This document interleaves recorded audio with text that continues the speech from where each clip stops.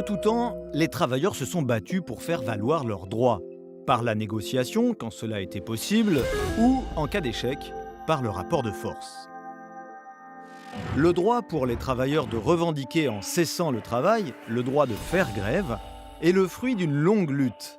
La première grève remonterait à l'Égypte antique, sous Ramsès II.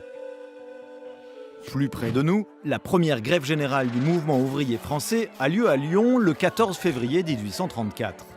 60 000 canuts, les ouvriers de la soie, cessent le travail pour obtenir une augmentation des salaires. 10 jours plus tard, le travail reprend, les patrons acceptent la hausse. Mais le pouvoir politique ne l'entend pas de cette oreille. Il fait arrêter les leaders de la grève. 240 canuts seront tués pendant des affrontements, 500 seront arrêtés et condamnés.